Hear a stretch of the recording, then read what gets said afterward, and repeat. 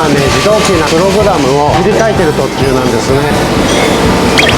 この操作をできるの今私しかいなくてちょっと困ってるんで、私以外にできる子を募集しています。絶対難しいですね。いや簡単ですよ、覚えちゃえば自動機の動きの指示を出すのと時間を設定したりとか、トラブった時に対処できるような形で予定の場所に設置してからスタートできるようなことを覚えればもう簡単です。